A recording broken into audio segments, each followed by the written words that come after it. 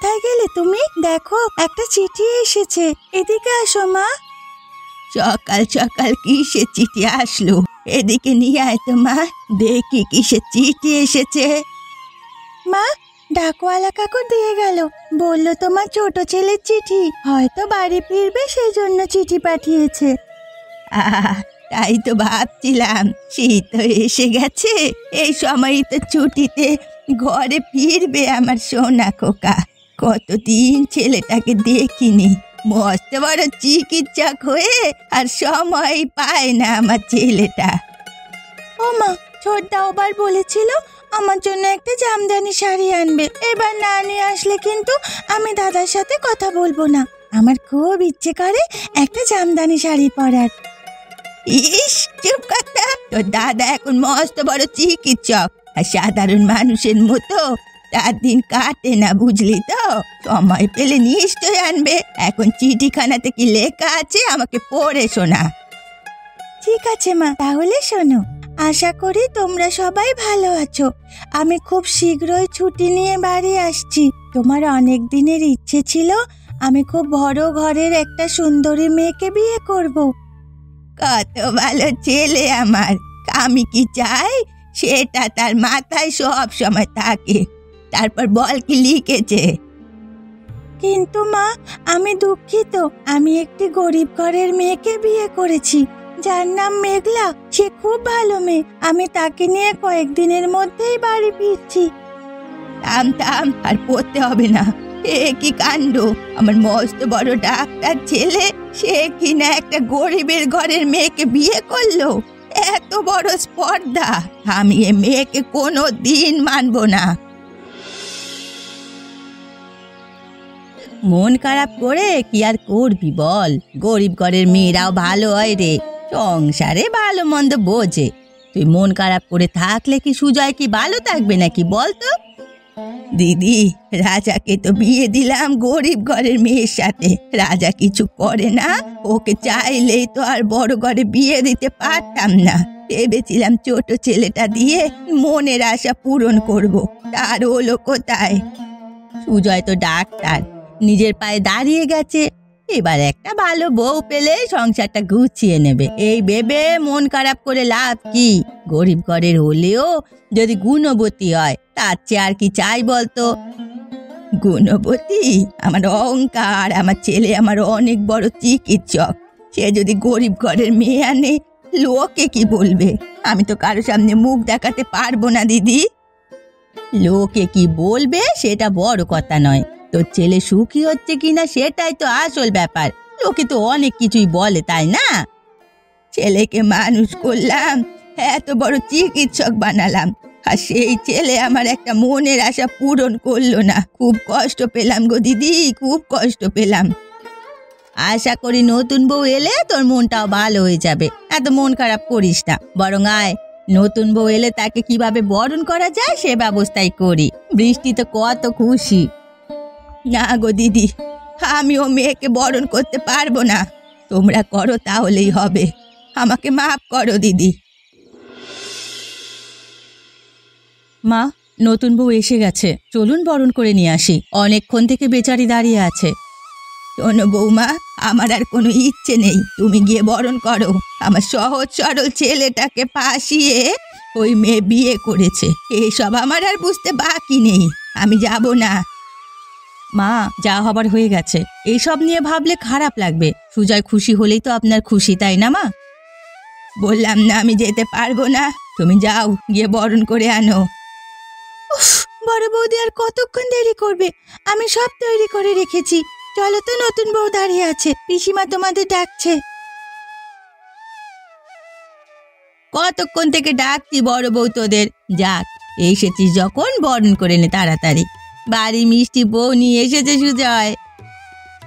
মা আসেনি পিসি, জানি মা আমার উপরে রাগ করে আছে, কিন্তু মেঘলা খুব ভালো মেয়ে, একদিন মা ঠিক মেনে নেবে মেঘলাকে। দেখো, তুই এসব নিয়ে মন খারাপ করিস না তো বাবা। নতুন বউকে পেয়ে আমরা খুব খুশি। কাল রাতে বৃষ্টি তোর বিয়েতে খুশিতে ঘুমায়নি, পাগলি মেয়ে একটা। শোনো ছোট বউ, এই সংসারের অর্ধেক দায়িত্ব কিন্তু তোমার। যাক, আমি বাঁচলাম, আমার একটু কাজের চাপ কমলো। সে কি আর বলতে বড় বউ? তুমি তো সব সময় কাজে ফাঁকি দিতে পারলেই বাঁচো।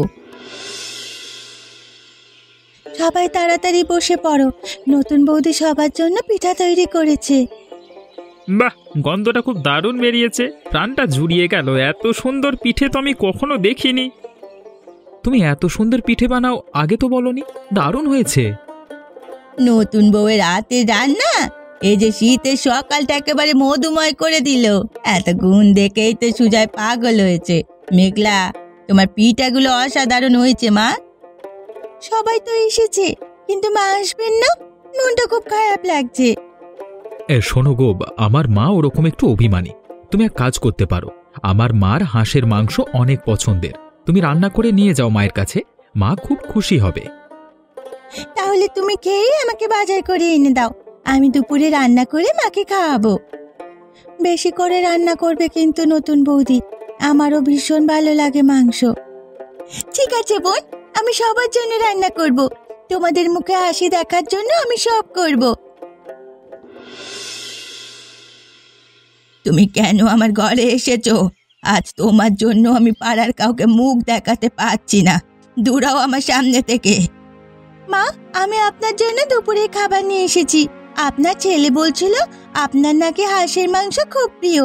আমি নিজে রান্না করেছি, একবার খেয়ে দেখুন মা, আপনার নিশ্চয়ই ভালো লাগবে। আমার ভালো লাগা না লাগা নিয়ে তোমার এত চিন্তা কেন?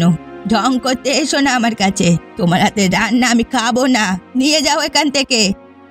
আমি জানি মা, আপনি এখনো আমার উপর রাগ করে আছেন। আমি গরিব ঘরের মেয়ে বলে হয়তো আপনার খারাপ লাগছে, কিন্তু মা, আমি এই পরিবারকে নিজের করে নিতে চাই। যেই দেখলে আমার ছেলেটা মস্ত বড় চিকিৎসক, সেই আর টাকার লোভ সামলাতে পারলে না, তাই না? আমার সহজ সরল ছেলেটাকে ফাঁসিয়ে বিয়ে করলে। মা, আমি আপনার ছেলেকে ফাঁসিয়ে বিয়ে করিনি, সে নিজে থেকে আমাকে বিয়ে করেছে, বিশ্বাস করুন মা। এভাবে নরম কথা বললে আমি গলে যাব ভাবছো? তোমার এই কান্নার অভিনয় আমি বুঝি, আমার সামনে এসব চলবে না। মা, আপনি চাইলে আমাকে বকুন, অপমান করুন, কিন্তু এই খাবারটুকু ফিরিয়ে দেবেন না। আমি আপনার জন্য মন থেকে রান্না করেছি, আপনি না খেলে আমার মনটা খুব কষ্ট পাবে। ঠিক আছে, আমি খাবো কিনা পরে ভেবে দেখব, তুমি এখন আমার সামনে থেকে যাও। কিরে, দুপুরবেলা দেখলাম তোর ঘর থেকে নতুন বউ কান্না করতে করতে বের হয়ে গেল। আর বলো না দিদি, আমার জন্য হাঁসের মাংস রান্না করে নিয়ে এসেছিল, আমি একটু বকা দিয়েছি, তাই কান্না করতে করতে বার হয়ে গেছে। বউটা কিন্তু অনেক ভালো গো, দুপুরে সবার জন্য রান্না করেছিল, পিঠা খেয়ে প্রাণটা ঝুরিয়ে গেল, কিন্তু তুই তো আসলি না, তাই নতুন বউ তোর পছন্দের খাবার নিয়ে এসেছিল, তুই না করায় হয়তো খুব কষ্ট পেয়েছে। হাঁসের মাংস কিন্তু আমি ফেলে দেইনি দিদি, আমি অতটাও কঠোর না, একটু চেখে দেখলাম। শীতের দিনে এত ভালো রান্না আমি বহুদিন খাইনি। ওর হাতে রান্না মন্দ নয়, কিন্তু তা বলে কি আমি ওকে সাথে সাথে মেনে নেব? দেখ, যা অবাতা হয়ে গেছে, কিন্তু এইসব নিয়ে পড়ে থাকলে সংসারে অশান্তি বাড়বে। মেয়েটা দুদিন এই বাড়ির সবার সাথে মিশে গেছে, খুব মন দিয়ে সংসারের কাজ করে। তা ঠিক বলেছ দিদি, নিয়তিকে দিয়ে তো কোনো কাজ হয় না, সারাদিন শুধু গল্প আর বসে থাকা। আমার বড় ছেলে রাজাটাও কেমন যেন উদাসীন আজকাল। মেঘলাকে দেখে মনে হচ্ছে সে সত্যি সংসারটা গুছিয়ে নেবে। এই তো আসল কথা এলি, মেঘলার মতো গুণবতী বউ ঘরে আসা তো ভাগ্যের ব্যাপার। ওকে ভালো চোখে দেখ, দেখবি তোর মনে সব মেঘ কেটে যাবে।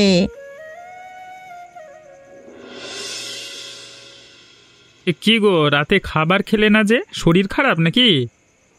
আমার শরীর খারাপ হলেই কি, তোমাদের সংসার তো ঠিকই চলছে। আমার কি হয় এসব নিয়ে তোমাদের এত ভাবতে হবে না, তোমাদের সবাইকে দেখার মানুষ এসে গেছে। কি বলছো এসব? কে এসেছে? আমি তো কিছুই বুঝতে পারছি না। তোমার কি হয়েছে স্পষ্ট করে বলো তো। আর বলতে হবে না, এই বাড়িতে সবাই এখন ছোট বউয়ের হাতের গুণে পাগল। ছোট বউ পিঠা বানায়, ছোট বউ মাংস রান্না করে, ছোট বউ গুণের ডালি। আমার দিকে কেউ ফিরেও দেখে না। নিয়তি, এসব কি বলছো? আরে মেঘলা তো নতুন এসেছে, সে ভালো রান্না করে বলে সবাই তার প্রশংসা করছে। এতে তোমার এত হিংসে হচ্ছে কেন? সে তো বরং তোমার কাজে চাপ কমাতে সাহায্য করছে। সাহায্য?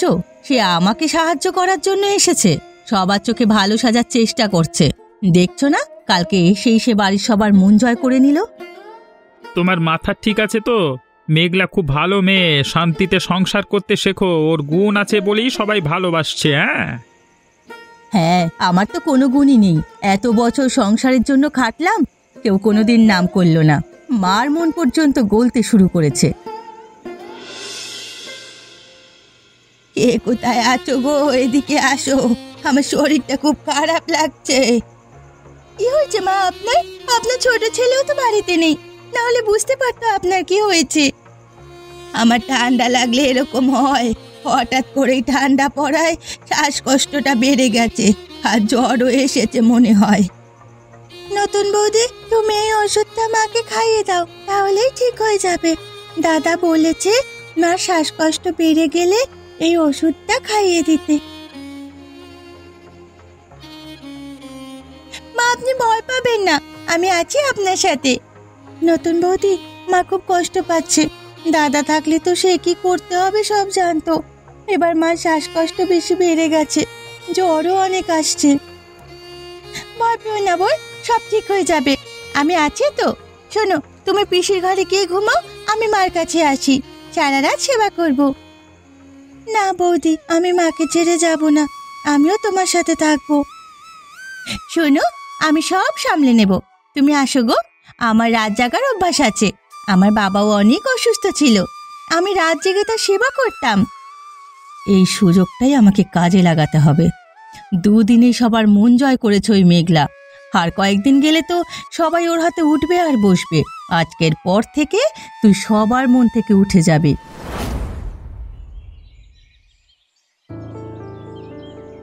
এ কি সর্বনাশ হলো, আমার গয়নার বাক্সটা খুঁজে পাচ্ছি না, সবাই এদিকে এসো। কি সর্বনাশী কথা বলছিস? ভালো করে দেখ, কোথাও আছে নিশ্চয়ই। ভালো করে দেখেছি গো দিদি, আমার সব গয়না চুরি হয়ে গেছে। কাল রাতে মেঘলা ছাড়া আর কেউ আমার পাশে ছিল না, সারা রাত জেগে আমার সেবা করছিল। এই সুযোগে নিশ্চয়ই সে গয়না সরিয়েছে। এসব আপনি কি বলছেন মা? আমি গরিব ঘরের মেয়ে হতে পারি, কিন্তু কোনোদিন চুরি করিনি। বিশ্বাস করুন মা, আমি কিচ্ছু করিনি। মা, তুমি এসব কি বলছো? মেঘলা এত ভালো মেয়ে, আর তুমি ওকে চোর বলছো? তুমি অসুস্থ ছিলে, মেঘলা তোমার সেবা করেছে, আর তুমি ওকে অবিশ্বাস করছো? কথায় আছে না, অতিভক্তি চোরের লক্ষণ। হয়তো চুরি করাই তার উদ্দেশ্য ছিল, তাই আমার অসুস্থতাকে কাজে লাগিয়েছে। নতুন বউ অনেক লোভী, আজ দেখলে তো সবাই। আপনাকে সুস্থ করা আমার একমাত্র উদ্দেশ্য ছিল মা, আমার কোনোদিন টাকা পয়সার লোভ ছিল না। আর মা, আমি দুদিন হলো এই বাড়িতে এসেছি, আমি কি করে জানতাম গয়নার বাক্স কোথায় আছে? আমি এত কিছু বুঝি না। দুদিনের মধ্যে গয়নার বাক্স বের না হলে তোমাকে বাড়ি থেকে বের করে দেওয়া হবে।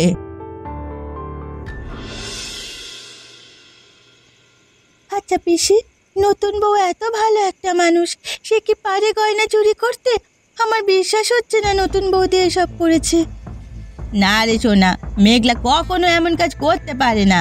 ওকে দেখে কখনো মনেই হয় না সে এমন দ্বারা কাজ করবে। আমার মনে হয় চোর এ বাড়ির ভেতরেই আছে। কি বলছো তুমি পিসি? চোর এ বাড়িতেই আছে? আমি কিছু বুঝতে পারছি না তোমার কথা। শোন রে মা, কখনো কখনো চোখে যা দেখা যায় তা সত্যি নয়, আর যাকে সবাই ভালোবাসতে শুরু করে তাকে ঘৃণা করার মানুষও তাকে। আমার মনে হচ্ছে কে যেন ইচ্ছে করে ছোট বউকে ফাঁসিয়েছে। পিসি, তুমি তো অনেক বিচক্ষণ, তুমি কি বুঝতে পারছো না কে এই কাজটা করেছে? বুঝতে বাকি নেই রে। যখন মেঘলার চোখ দিয়ে অজরে জল পড়ছিল, ঠিক তখনই মুচকি করে আসতে দেখেছি বড় বউকে। কি, এ কাজ বড় বৌদি করেছে? আমি কালকেই সবাইকে জানিয়ে দেবো পিসি। ছোট বৌদির কষ্ট আমি আর সহ্য করতে পারছি না। আহা, এভাবে জানালে সবাই বিশ্বাস করবে না, বিশেষ করে তোর মা। বড় বউ নিজের মুখে সব স্বীকার করবে। আমার একটা বুদ্ধি আছে, শোন আমার বুদ্ধিটা। হ্যাঁ পিসি, তুমি ঠিক বলেছ। কি বুদ্ধি পিসি, বলো আমাকে। আমি চাই না নতুন বৌদি আর কষ্ট পাক। আমি সবাইকে ডেকে বলবো এই গয়নার বাক্স আগে যারা চুরি করেছে তারা এক রাতের মধ্যে মারা গেছে, তবে গয়নার বাক্স ফিরিয়ে দিলে সব স্বীকার করলে বেঁচে যাবে। তুমি খুব বিচক্ষণ পিসি, এবার নিশ্চয় সত্যিটা বেরিয়ে আসবে। কি গো দিদি, তুমি সবাইকে এখানে ডেকেছো কেন? এমনি মনটা ভালো নেই, বলো কি হয়েছে? আমি ডেকেছি তার কিছু কারণ রয়েছে। আমি চাই না কারো কোনো ক্ষতি হোক, সামান্য গয়নার লোভে কারো জীবন চলে যাক। এই গয়না কে চুরি করেছে সেটা আমাদের সবার জানা আছে, আর আমি আমার গয়না 2 দিনের মধ্যে না পেলে তাকে বাড়ি থেকে বের করে দেব। এ গয়না আমার ঠাকুমার গয়না। এ গয়না যে চুরি করেছে সে আজকে রাতের মধ্যেই মারা যাবে। ঠাকুমা আমাকে এইসব কথা বলে গেছে মারা যাওয়ার আগে। এ তুমি কি বলছো পিসি? তাহলে তো আজকে রাতে যারা যারা এই পাড়ায় বা গ্রামে মারা যাবে তাদের মধ্যেই চোর থাকবে। ঠিক তাই, এই গয়না চুরি করে কেউ বাঁচতে পারেনি। আমি চাই না সামান্য গয়নার লোভে এ বাড়িতে আর কারো ক্ষতি হোক, কারো জীবন চলে যাক। এ বাড়ির একটা ঐতিহ্য আছে, আবার অভিশাপও আছে, তাই কথাটা তোমাদের জানালাম। পিসিমা, এসব কি বলছেন আপনি? এসব শুনে আমার হাত পা ঠান্ডা হয়ে যাচ্ছে। যা সত্য আমি তাই বলছি রাজা। আমি জানি চোরা আমাদের মধ্যেই আছে, হয়তো লোভে পড়ে সর্বনাশ করেছে, কিন্তু আমি চাই না সে মরে যাক, তাই চোরকে আমি শেষ সুযোগ দিচ্ছি। বড় বৌদি, তুমি এত ঘামছো কেন? কিছু হয়েছে কি? না গো, শরীরটা একটু খারাপ লাগছে। কোথায়? কিছু হয়নি তো আমার, আমি ঠিক আছি।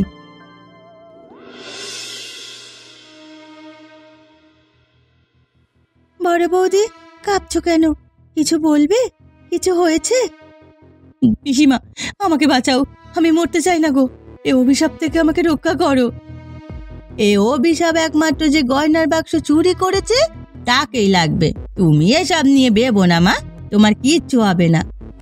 আমি চুরি করেছিলাম পিসি, গয়নার বাক্সটা আপনার ঘর থেকে আমিই সরিয়েছি মা, আমাকে ক্ষমা করুন। আমি মরে যাব।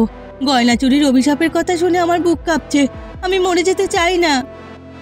নিয়তি, এ কি বলছিস তুই? তুই এত বড় সর্বনাশ করেছিস কেন? কিসের লোভে?